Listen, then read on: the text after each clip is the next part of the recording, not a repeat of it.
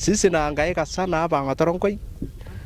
Ndovu wametusumbua hapa Ng'otorong'oi. Watoto kuenda shule hapa nakuwa shida kwa sababu ya ndovu. Sisi nalia sana kwa sababu ya ndovu. Sisi naambia hii watu ya WS muangalie hiyo wanyama yenu sana. Sisi nahangaika, hata tunajaribu kulima shamba, hakuna ndovu nakuja na kanyanga. Tunajaribu kuweka waya, anakuja na katakata. Sasa sisi nahangaika. Sisi naomba kama hawa nasikia, peleka hiyo ndovu yenu msituni. Anawacha sisi na usalama kwa sababu sisi nahangaika, watoto yetu tuko na wasiwasi wa mama, hata kuenda kuni tunafikiria mama kweli atarudi kwa usalama juu ya ndovu. Imetusumbua, tunajaribu kupanda hapa hatuendelei kwa sababu ya ndovu. Na hii kitu kingine naitwa pundamilia.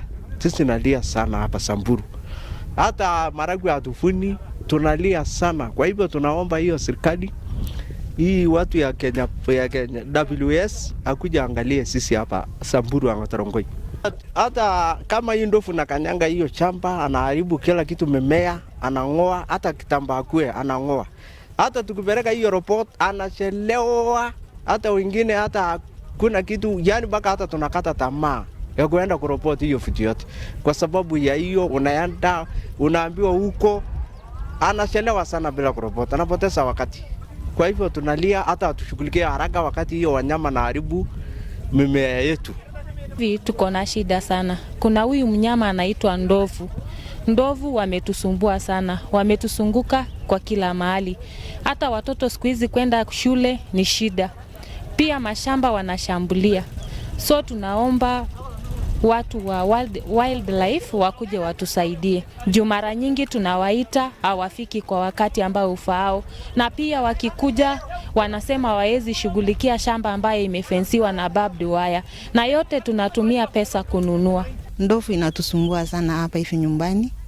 Watoto wakienda shule ni shida.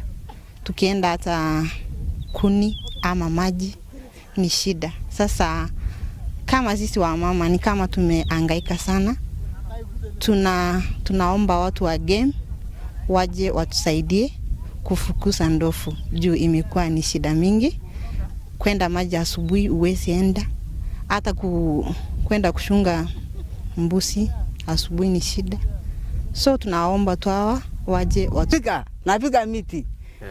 Yes. Miti yetu iko Manyata, napiga yote. Nakuja mpaka mahali ya ng'ombe, napiga miti kitu yote. Serikali hapa nakuja kwa sisi. Nakuja kupiga miti, napiga kitu yote, nakula shamba.